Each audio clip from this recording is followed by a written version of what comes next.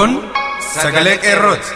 Sagaleen qeerroo torbaanitti guyyaa 3 diddaa uummata Oromoo fi saboota cunqurfamoo empire biyyattiin mara akkasumas shira mootummaa abbaa irree wayyaanee kan gabaasu.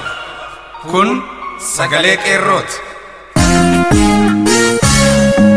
Adoolessa 23 harka fuune akkam jirtu kabajamuuf jaallatamoo dhaggeeffattoota keenya. Qophiin keenya sagalee qeerroo as Oromiyaarraa isinii darbu kan guyyaa har'aa eegalleerra. Sagantaa keenya har'aa keessatti dursa oduutu isinii dhiyaata. Tiyaansuun qophii addaa biiftuun hin gortu kan goretti dhiiti mata duree jedhuun kan qophaa'e karaa jaal biiftuu galmoo isinii dhiyaata. Akkasumas wallee warraaqsaas qabna. Isin keessummeessuun an ayyaanee kaayyoo isin waliinan tura. Aga xumura sagantaa keenyaatti nu waliin turaan affeerraa keenya. Mootummaa humnaan fonqolchuuf yaaltaniittu jechuun mootummaan wayyaanee ilmaan Oromoo 26 irratti murtoo dabarsite jedha hangafni oduu keenya har'aa. Babal'ooma oduuf jaal tokkicha murteessaa. Diddaa mootummaa irratti kaasuun humnaan fonqolchuuf yaalii gootaniittu sababa jedhuun mootummaan EPRDF wayyaanee Oromoota aanaa miidhaqanii 26 irratti murtoo adabbii sirnaan alaa dabarsuu isaa qeerroon gabaase. Walgayii wayyaaneen bakka hundatti uummata teessisuuf karoorfatte aanaa miidhaqanii keessatti uummata teessisuun olola afaan faajjii uummata irratti oofuuf wayyaaneen karoorfatte. Uummatni Oromoo fi dargaggoonni Oromoo nuti mootummaa mataa keenyaa hin qabnu. Isin abbaa irreen nu hin bulchitan. Afaan qawwee fi gadi qaban bitamne isin jalatti hin bullu. Mirgi abbaa biyyummaa fi gaaffii mirgaa fi dimokiraasii hanga deebii argatutti jechuun uummatni walgayii wayyaaneen gaggeessuuf karoorfatte. Fashaleessuun mootummaa wayyaanee rifaasuun wal qabate mootummaan wayyaanee akkuma amala isaa tarkaanfii hammeenyaa fudhachuutti seenaa jira. Haaluma kanaan yeroo ammaa kanatti uummatni qonnaan bultoonni barattoonni fi dafqaan bultoonni aanaa miidhaqanii keessatti ijaarsa haaraa maqaa command post jedhuun caasaa wayyaanee guutummaa biyyattii keessatti diriirsee jiruun uummanni jumlaan hidhaatti guuramaa qarshiin adabamaa fi hojii isaa illee akka hin hojjenne orkamee bulchitoota aanaa miidhaqanii humna poolisaa fi waraana hidhachiisuun uummatatti bobbaasuun uummata goolaa jiraachuun ibsamee jira. Bifa kanaan mootummaan wayyaanee uummata mirga isaaf karaa dimokiraasii fi nagaa falmachaa jiru gooluun hidhaatti guuraa fi maallaqaan adabaa jiraachuun ibsamee jira.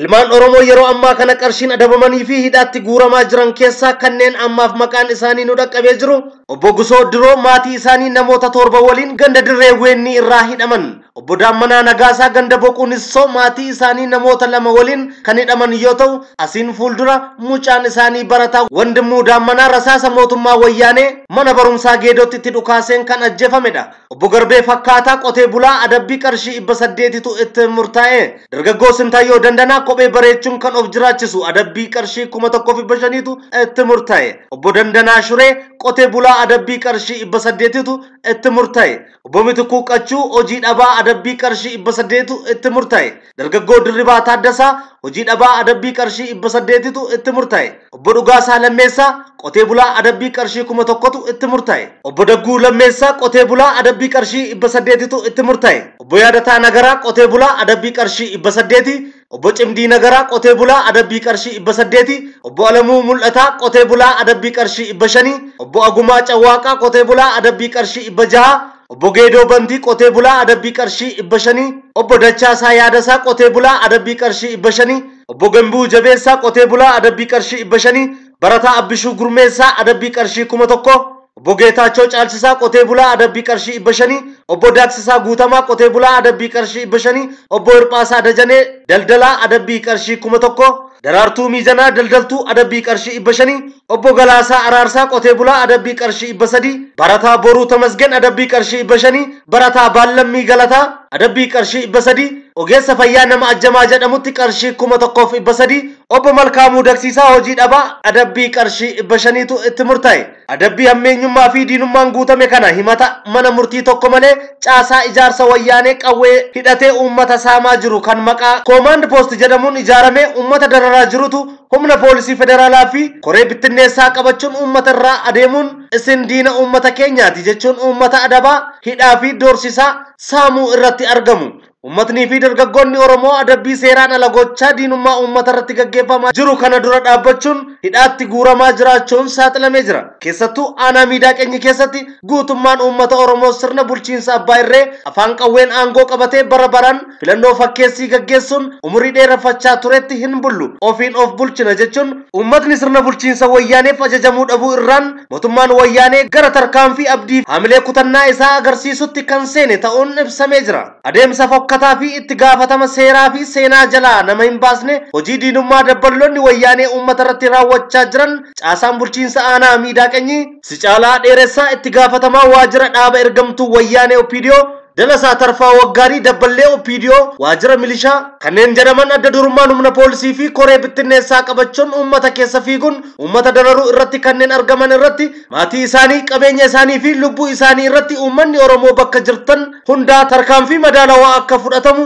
sabboontonni qonnaan bultoonni dhaamsa dabarsatan. Adeemsi kun guutummaa uummata Oromoo irratti gaggeeffamaa waan jiruuf uummanni Oromoo bakka jiran hundaa harka wal qabachuun gochaa diinummaa ilmaan Oromoo irratti raawwatamaa jiru dura dhaabbachuun warraaqsi fincila diddaa garbummaa mootummaa wayyaanee irratti jabaatee akka itti fufu waamicha lammummaa dabarsina.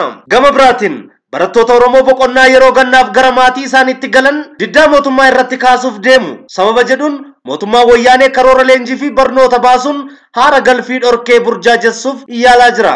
Mootummaan wayyaanee wayita boqonnaa kanatti qeerroo dargaggoonni barattoonni Oromoo dhaabbilee barnoota olaanoo fi sadarkaa hundaa fincila gaaffii mirga abbaa biyyummaa Oromoo fi gaaffii mormii maaster pilaan Finfinnee irratti kaasu jedhuun sodaa keessa galee maqaa walga'ii jedhuun barattoota Oromoo burjaajessuuf akka jiru saaxilame. Mootummaan wayyaanee sagalee Oromoo dhukkaamsuun yakka guddaa uummata Oromoo irratti gaggeessaa jiruu fi gaaffii mirga abbaa biyyummaa fi mormii maaster pilaanii Finfinnee barattoonni Oromoo irratti kaasuuf jiru sodaa jedhuurraa maqaa walga'ii barattootaa jedhuun burjaajii uumuuf akka saganteeffate akka jiru odeessi keessa wayyaanee keessaa bahaa jiru saaxilee jira.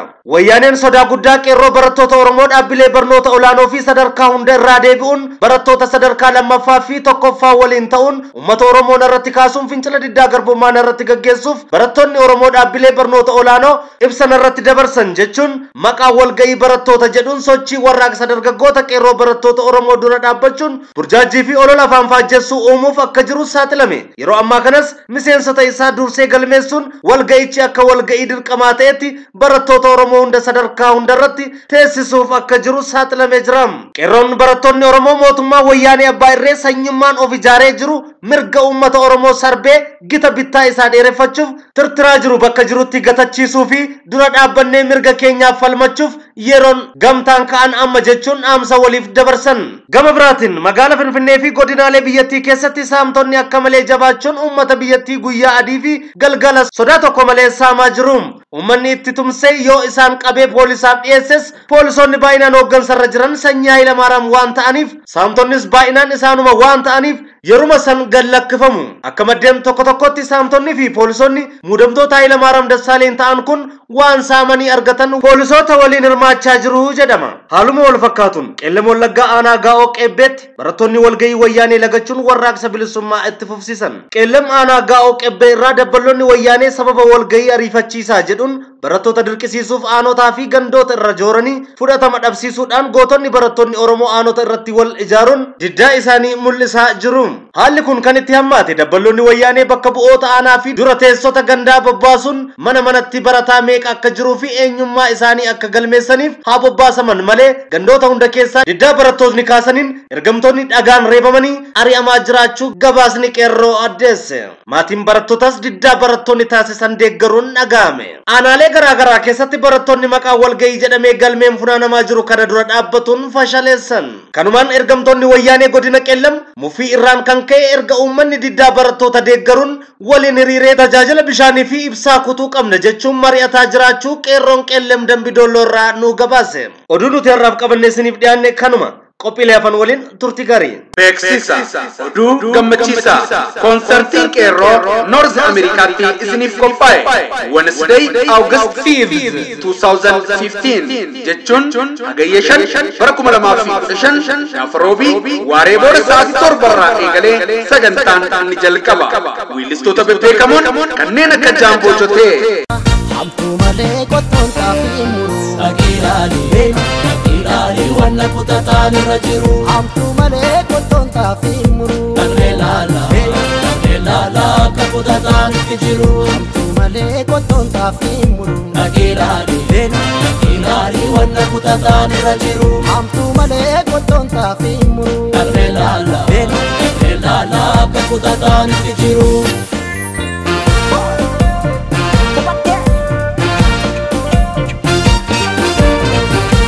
Digaltuu rooroo dandeessi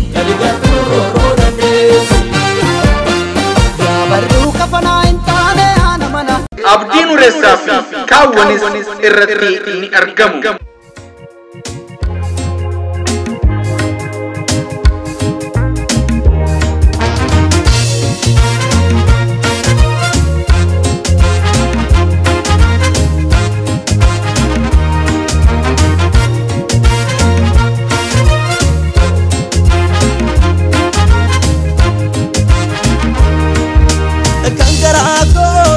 No watu namummaa kooti sheena jaallatu kan dhabeetiin alaala baqatu shakkee gaarii hojiinsi qabaatu.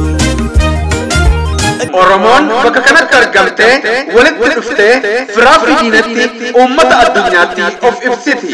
Waliin bareeddee ni mul'atti. Waliin fala barbaaddi. Waliin dhiichifti. Bakka Bust Western Plus Reach 161 Street, Anthony Avenue, St. Paul, MN 55103. Gatiin seennaa dhuunfaan $30, maatiin $50 qofa. Odeessa dabalata 301-640-0033 yookaan 240-643-1701 irratti bilbiltanii fudhachuu dandeessu. Konsertii qeerroo North America.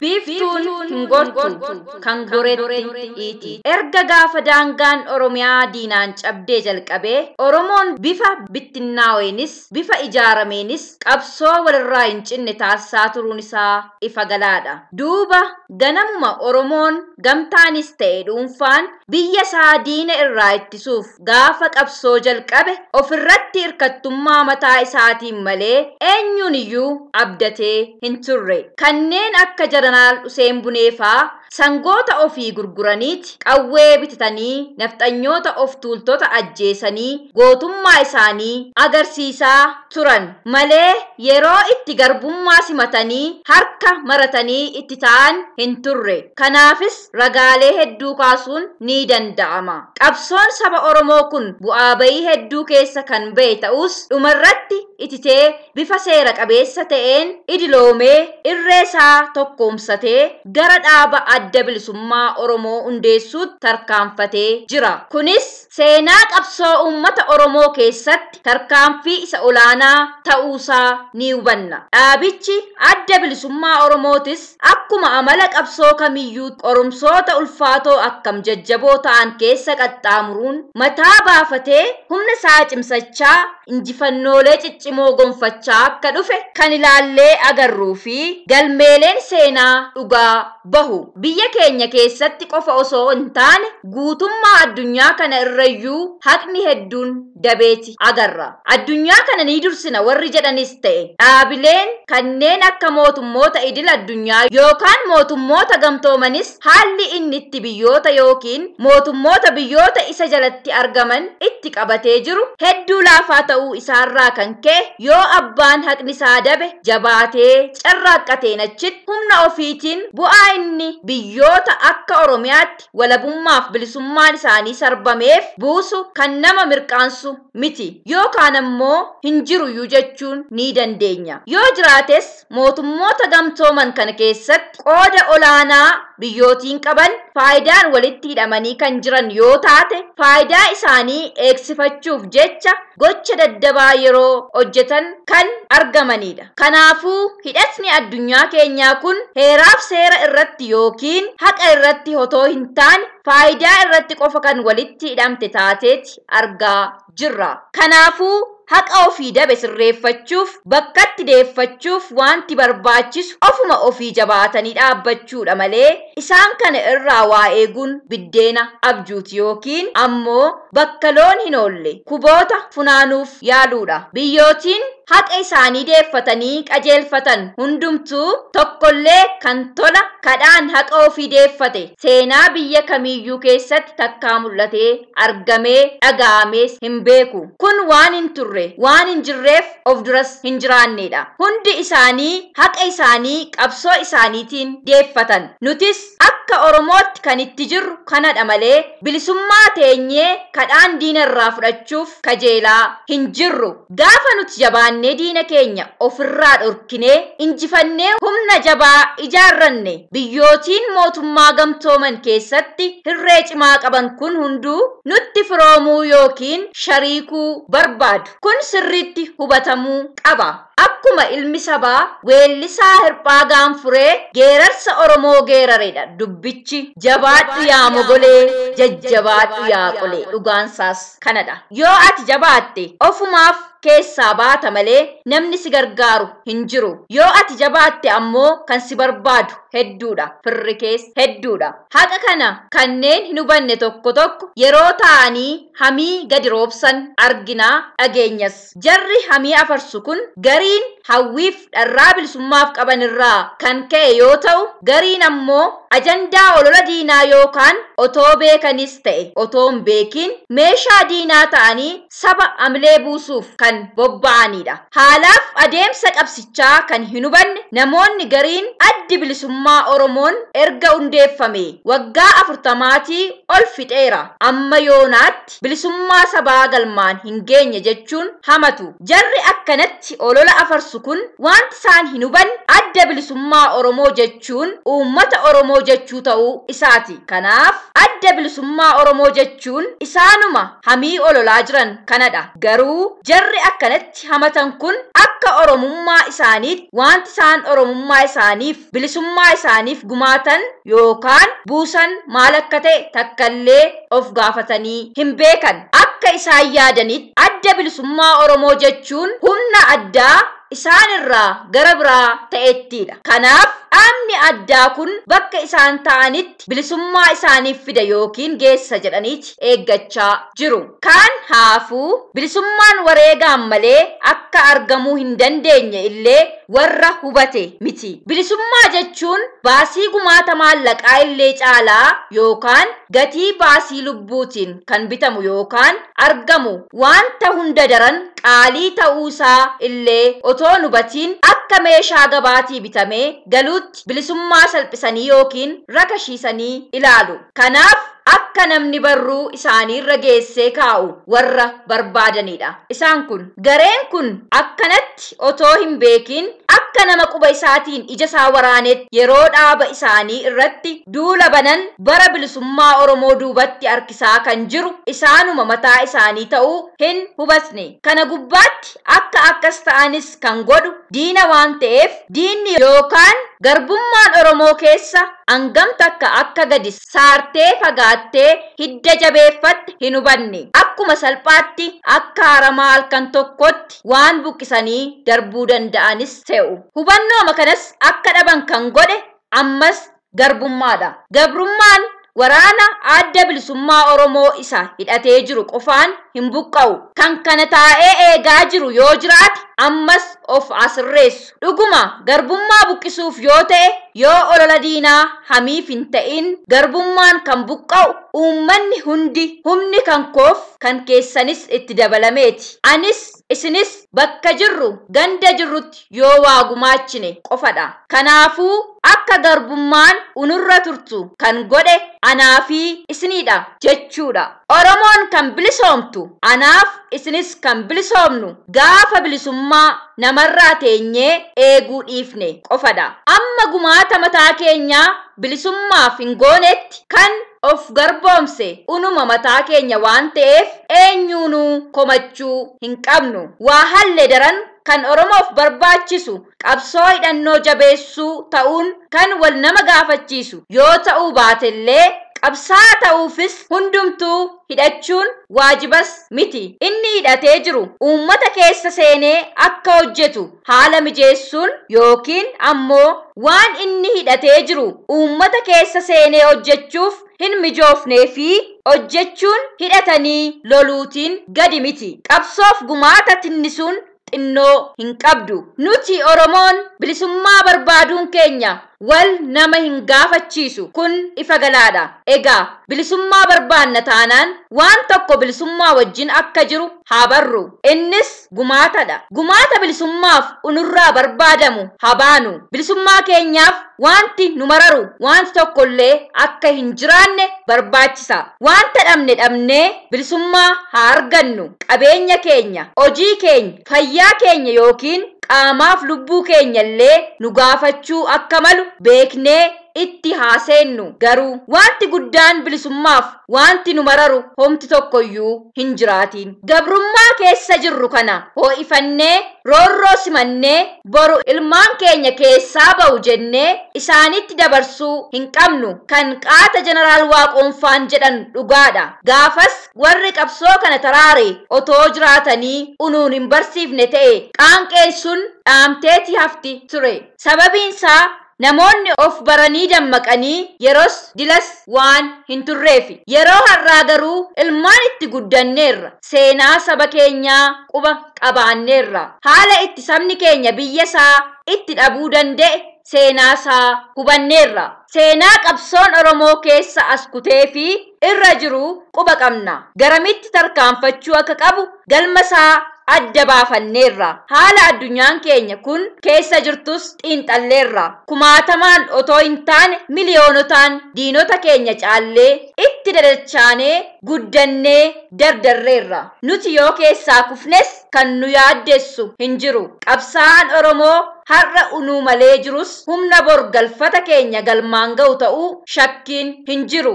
Egaa wanti nuti eegnu maaltu jira ree? Sababni nuti garbummaa dhaloota boriif keenyu sababni isaa maadharee? Kana gubbaatti wanti nuti akka sabaatti sirreeffachuu qabnu Oromoon akkuma beekamu uummata safuu beeku arjaaf gara laafessadha. Haa ta'uyyuu malee ammoo Oromoon diinota isaa hunda mo'ee biyya bareedduu kana tikfatee uummata jiraachaa turedhas. Kanaaf angamillee gara laafinni namaaf naasuu qabaachuun uumama Oromoo ta'ullee garuu Oromoon ammaan booda diina isaatti garaa jabaachuu qaba. Amala kana shaakaluunsaas dirqama ta'a. Mee as gubbaatti walaloo Dr. Zalaalem kana dhaggeeffannee haa deebinu.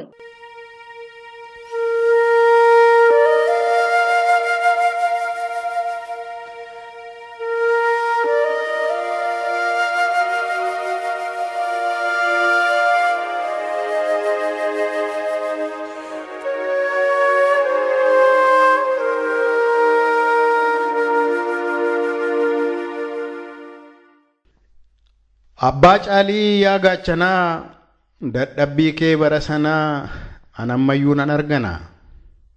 Sii bari'aa sii galgala hoorus dhufee seettu gala waaree waariitti galagala. Akka kanaan barri dhufee barri sokka hoorusiif seet waliin morka.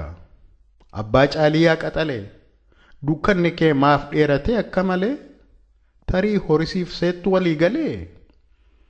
Kan kee aduun maaliif dhiitee achumaan haftee? Tarii hoorustu du'ee du'aa ka'uu irraanfatee. Abbaa caalii harka qullaa malatteettaa waammoo mala. Egereen kun siliqimsuuf hoo maggala. Abbaa caalii hangafa namaa gadadoo keenatti falma. Gindiin murtaa, waanjoon urtaa, seeraan uumtaa, waaqan hortaa, sirraa hafee namaa ergistaa. Qabdaa ofii harkaa waammoo dullaa. Egereen kun siliqimsuuf hoo maggala. Abbaa caalii bifa waaqaa gurraachichaa ilma qabdaa hallaallichaa beekaa ilma gameessichaa imaanaa kee sassaabdichaa tiksee malkaa boorantichaa guddaa ilma akka baatu akka walal kan mul'atu boonaa ilma akka cilaaloo guboo cimeessa akka walloo bookkisaa akka arfan qalloo ilma qabdaa daraa maaloo. Gindiin murtaa waanjoon urtaa seeran uumtaa waaqan hortaa sirraa hafee namaa ergistaa fayyaa ta'ii siif galataa hin jedhamtu addunyaan kun si mufata. Haa ta'u malee qawween tumtaa egereenoo si liqimsuuf amuummata. Yeebbaa caalii raftamoona dhageessa addunyaan kun sitti afarsa siif weeddisa si urursa si saada si jabeessa si laashessee si laaffisa kofalchiisee si boossisa si ooyisee qabbaneessa suukana kee baddaa baasee gadi buusa takka turee afaan banee si liqimsa gurra buustee afaan bantee dhaggeeffatta moo waa malatta egereenuu si liqimsuuf amuummata yeebbaa caalii abbaa caalii yaa gaachanaa dadhabbii kee bara sanaa anammayyuu nan argana hin dhashitaa jilbaa luqqaatee hin guddistaa xuruurfattee hin qottaa hin aramtaa itti dafqitee hin haamtaa hin gashitaa buxxuunnattee hin beeloftaa gabuu bultaa mar'ummaan kee gudunfattee gurra keessa si kabalu hudduu keessa si waxalu akka harree si takaalu si fannisuu sitti ulu dubbiin kun sii galamoo siif hin galuu si buqqisuuf sitti malu abbaa caalii maal si wayyaa abbaa caalii abbaa biyyaa hin fiigdamoo hin dadhabdaa lafa geessetti hafuuf iyyuu fiiguu qabdaa abbaa caalii hin dhashitaa hin guddistaa karra abbaa kee hin eegsistaa egereenuu si liqimsuuf amuummataa yaa abbaa caalii yaa gaachanaa maan abaartuu ilma keessanaa maan sookkaatu akkas jettee maan abaartuu arraba keen ija dhiqqu akka lootu akkan tuutaa akka mixii takka lafa takka qooxii boolla qotii boolla lixii naman taatu silaa doofa akka jawwee akka bofaa arrabi kee dhaanqaa ta'u gogaan sirraa haluqqa'u garaan ciisii garaan loo'e akka lootuu gooftaan maccaa baallee ijaa si haa dhoowwatu yeroo raftus yeroo teessus akka ilaaltu maaliif jettee hin sookkaatu mataa keetiin galagalii qaama fayyaa sobii okkolii qarambulleedhaan daldalii waraabessaan walii galii gale jedhan ati dhaqii dhaqe jedhan ati galii guboon buqqee qe'ee keetti lamuun margin dhaquu keeyyuu galuu keeyyuu namni hin arginii gulloo wajjin walii galii qarambulleedhaan daldalii seexana haadhoo harma hodhii qoma isheerraa ol soqolii guboon buqqee qe'ee keetti lamuun marginii alanfachuuf liqimsuu kee namni hin arginii asiisaami achiisaami arguttare nyaatteen quufin abbaa garaa abbaa garee duuf jennaan na yaasanii quufuuf jennaan na gashanii jedhii himadhu akka harree akkas jettee sookka ittaare gaararraa'ee mukaaf baalaan wal fakkaadhu ijji namaa sin arginii gaaraaf dirree irratti radhu kaan sin argina tuubadhu akka qocaas dhagaa baadhu sanyii xaafii bonan nyaatin gatiittiin kee ba'aan baatin dirrisiisaa gashaa gashii akka boombiitti gangashii loccuu ta'i lootuu qaban eegeen sirraa citu loccuu ta'i lootuu eegee dooluu eegeen kee citee haa biqilu ofiin du'ii ta'i du'ii gangaladhu du'ii nama jeesi du'ii biyyoo nyaadhu gaaddidduun kee boolla haa lixu ekeraan kee nama haa fixu guboon buqqee qe'ee keetti lamuun marginii kennuu kee fi fudhachuu kee namni hin arginii akkas jedhii sookka'iini akka obbo waanii cagginaay yemmuu ta'an ati ka'i yemmuu ka'an ati taa'i cookkoo ta'i xaranga'i yemmuu rafan ati ka'i gadi bu'an tabba ba'i tabba ba'an gadi bu'i bofaa wajjin qabdoo taa'i garraamummaarraa galagalii budaa ta'i toosha bari gurjuu ta'i dondha gowwaa ta'i bondha siyaa ilaalan akka raatu eenyummaa kee kommaariitiin haa wallaaltu dondha ta'i kakaatu barruun keellee yoo harcaase ciqileen kee haa qolatu balfaa keetiif nama lolii nama ajjeesi yaa sassattu goondaa ta'i mixii haanxaa ta'i hanxaxii marqaa mootii keessa lixi mootii duratti haa salphatu gaaddidduun kee ija saafis gurra saafis ta'i bookee hurrii konkonii yaabbadhuuti waaqa harkaa bakakkaabuti mana waaqaa cabsii lixi sabbata isaa hati haxiixi amajaajiin hammina kee haa dubbatu abbaan gachii cooma afaanii si haa darbatu akkas jettee maan sookkaatu maan abaartu nyaatteen quufin si haa kakaasu arguttare suutan deemin sussuki malee akka saree yeroo duutu mana waaqaa akkan dhaqne yeroo jirtu yoo sii galeef akka nafne kan si jibbu ati jaalladhu kan si jaallatu ati jibbi bifa daadhu akka eelee gurraacha akka jirbi shawwisaa wajjin geelloo sirbi diilallaa akka biddaa qaami kee akka cabbii ofii keetiin haasa'e dudubbadhu lallabii kaanii wajjin cuqqaalami qooqa dhabi halkan kee jirbii qoti laga marqaatti fal'aana gati arfii eeboo marqaadhoti seexanaan gabaa saami boroo urjiitii xaafii haami yommuu jirtu qabbanaa akka bajji qaama akka gammoojjii yommuu duutu dhagaa ta'e karaarra ejji akkas jettee maan sookkaatu maan abaartu Elaame abbaa caalii hallaallicha abbaa caalii maan guddichaa arrabi keellee gurraacha eebbi kee fi abaarsi kee lafan bu'u tarii mee har'aaf si haga'u abbaa caalii caalchisaa silumaa taanaan qaccee abaarsaa innuu dhoree wal mancaasaa hin sookka'in maal abbaasa mari'atee waliin galu walii galeen mari'atu hin fakkanu hin gabbatu walii kormee wal gaareffattu wawiirtuu hin qabnee wal harcaastu abbaa caalii caalchisaa silumaa taanaan qaccee abaarsaa innuu dhoree wal mancaasaa hin sookka'in maal abbaasa abbaa caalii yaa gaachanaa dadhabbii kee bara sanaa anammayyuu nan arganaa sii bari'aa sii galgalaa horus dhufee seettu galaa waareen waariitti galagalaa akka kanaan barri dhufee barri sokkaa horusiif seet walii morkaa abbaa caalii yaa qaxalee kan kee halkan maaf dheeratee akka malee kan kee carraan maaf okkole tarii horusiif seettu walii galee kan kee aduun maaliif dhiitee achumaan hafte tarii horustu du'ee du'aa ka'uu irraanfate abbaa caalii harka qullaa malatteettaa waammoo malaa egereen kun si liqimsuufoo maggalaa tasfaayee aagaaf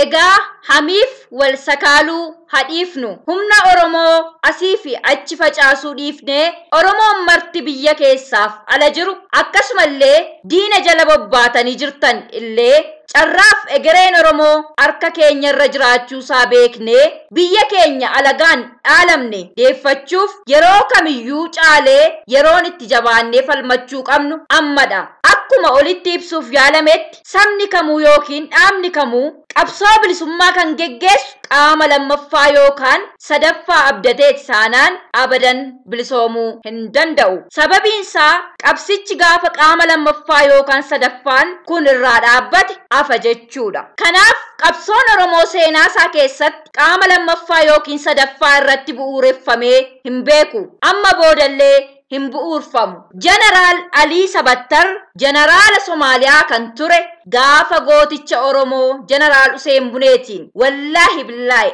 ani Somaalee aabbooti jedhii kakadhu gargaarsa meeshaa waraanaan siif godha jedhe sun wallaahi billaahi ani Oromoodha jedhee kan dura dhaabbate dhugooma dubbii kanaaf ragaa guddaadha. Jidduu kana akkuma olola wayyaanee irraa dhageenye pirezidaantiin Ameerikaa Baaraak Huseen Obaamaa Itoophiyaa daawwachuuf akka dhufu wayyaaneen afarsaa jirti. Moototii abbaa irree wajjin hiriiruun qaaniif taajjabni isaa Ameerikaa matuma isheef saalfachiisaa ta'a malee qabsoo Oromoo irratti jijjiirama fidu tokkollee akka hin qabaan beekuu qabna. Duras ta'u nuti qabsoo kan jalqabne ebelu nuuf tumsa yookaan nu deggera jennee abdannee otoo hin taane haqa keenyaaf rabbi keenya abdanneeti qabsoo jalqabne. Har'as boris kan abdan kanumaaf kana qofaadha. Dhugaa qabnuuf tokkummaa keenya eegnee yoo falmanne haqa keenya ni arganna. Qabsoon kan jiru Oromiyaa keessa qofa miti. Yeroo har'aa addunyaan kun marti qabsoo ajaa'ibsiisaa ta'e keessatti argamti. Shakkii tokko malee kan tilmaamuu hin danda'amu addunyaa keenya kana irratti yeroo gabaabaa keessatti jijjiiramni bu'uuraa akka dhalachuuf taa'u mamiin hin jiru. Jijjiiramni dhufu kun ammoo qooda isarraa eegamu kan ba'aa hin jirre moototii gamtooman kanas dabalatee biyyoota qabsoo saboota addunyaa kana irratti dhiibbaa garaagaraa geessisuun qabsoo sabootaa gara ofii fedhanitti dabsuun yookaan dhaqaaqsuun kan beekaman biyyoota tokko irratti illee jijjiirama bu'uuraa fiduu ni danda'a ta'a. Kanaaf Oromoon eenyuufuu jecha kan qalbiitii cabuuf hamileen isaa itti tuqamtu hin qabu. Miilli qabsoo Oromoo kan dhaabbatee jiru haqa isaaf saba isaarradha waan ta'eef. Kana jechuun hariiroon garaagaraa biyyootaaf dhaabota waliin uumuun hin barbaachisan yookiin carraalee tasa argamanitti dhimma hin baanu jechuu akka hin taanes haa beekamu. Garuu yoomiyyuu ofuma keenyaan haa jabaannu. Jijjiirama matuma keenyaan fiduuf haa carraaqnu. Teenyee eenyurraayyuu hin eegin ofiif maal gochaa akka jirru of ilaaluu dhiifnee hamii hin afarsiin. Biiftuun hin gortu kan goreetti dhiiti waan ta'eef. Kanaafuu ofiif yeroon galuu dhiifnee biiftuu komachuu hin qabnu. Ofiif haqarraa dabnee warra haqarra jiru hin hamatiin. Har'as borus falli abdiin amanamaaf aanteen uummata Oromoo gooticha adda bilisummaa Oromooti. Woboo irreen kee nuuf haa jabaatu. Injifannoo. Hariiroo jorgootiin qophaa'ee biiftuu galmootiin kan dhiyaate qeerroo bilisummaa Oromoo Oromiyaa.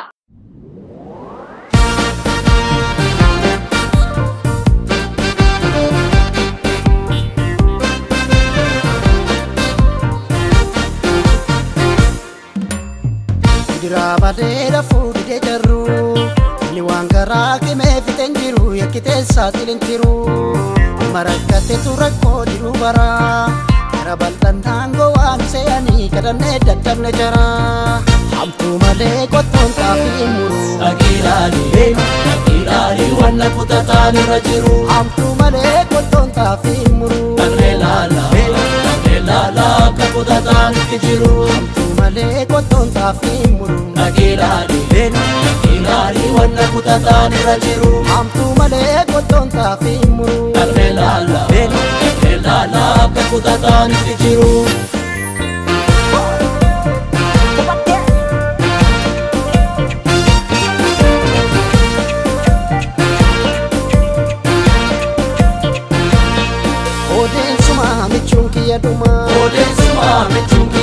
Shibala ko komodiin barreesse anumaaf situ wafee jarri nurraa deesse anumaaf situ wafee jarri nurraa deesse odeen shimala gadeen nama ganti odeen shimala gadeen nama ganti shimala ko xiiqiin dandeessu ati laafinii jira kan si biraanneessu ati laafinii jira kan si biraanneessu shimala ko kolmaan barreesse shimala ko kolmaan barreesse shimala kee kolmaan barreesse shimala kee kolmaan barreesse ati didi waamii walkaasi ati didi waamii walkaasi gadi galtuu roorroo dandeessi gadi galtuu roorroo dandeessi yaa barruu kafanaa hin taane haana mana jarri wal filee kaataa eenyutti mannaa yaa barruu kafanaa hin taane haana mana jarri wal filee kaataa eenyutti mannaa yaa rakkoo barasii hin taane naammasii dubbiin gamaa kaatee dhufte nuttisi dubbiin gamaa kaatee dhufte nuttisi saneessanumaa uummanni kunoon guguma dubbiin kalee dhoote dhufte dhuguma